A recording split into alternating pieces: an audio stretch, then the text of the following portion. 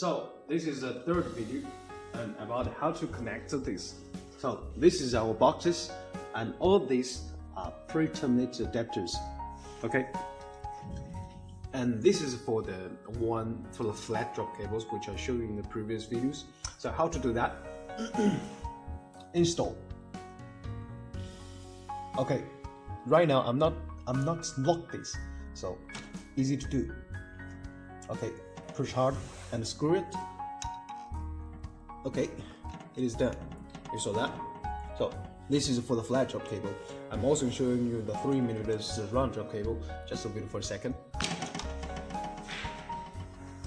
At the same time, you can check our cable loops.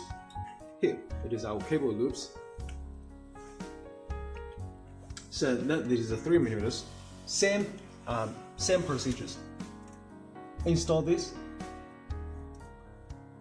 Okay, then push it a little harder, then screw it. You saw that? Okay, so that's it down.